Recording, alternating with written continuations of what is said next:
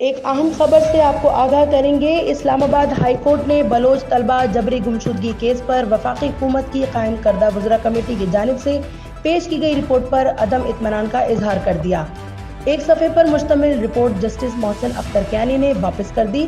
عدالت نے additional attorney general منور اقبال کو آج ہی طلب کر لیا۔ جسٹس محسن اختر کیانی نے ریمارکس دیے کہ یہ رپورٹ اس عدالت کے لیے شرم کا مقام ہے۔ وزیر اعظم اور وزیر داخلہ دونوں بلوچستان سے تعلق رکھتے ہیں، دونوں کو احساس ہونا چاہیے کہ یہ بلوچ طلبہ کا معاملہ ہے۔ یاد رہے کہ 14 نومبر کو وفاق کی جانب سے 3 رکنی وزراء کمیٹی کی تشکیل کا نوٹیفیکیشن عدالت کے سامنے پیش کیا گیا تھا، جس پر جسٹس محسن اختر کیانی نے ریمارکس دیے کہ اب وزیر اعظم نے ایک اور کمیٹی بنا دی ہے، ایک لاپتہ افراد کمیشن ہے۔ جن لوگوں پر الزام ہے وہ خود ہی اس میں بیٹھے ہوتے ہیں۔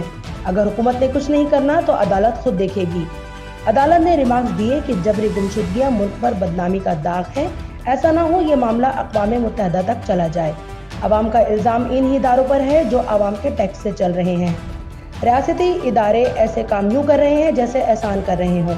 عدالت نے اسسٹنٹ اٹارنی جنرل کو مخاطب کر کے کہا کہ آپ لوگ تو اس اہم معاملے کو حل کرنے میں دلچسپی نہیں رکھتے۔ جسٹس اطہر منولہ کی سفارش پر یہ کمیشن بنا، رپورٹ آئی پر آج تک کچھ نہیں ہو سکا۔ نہ عدالتیں ان کیسز میں ریلیف دے پا رہی ہیں، نہ جبری گمشدگی کمیشن کچھ کر رہا ہے۔ جیو سچ کے سنگ۔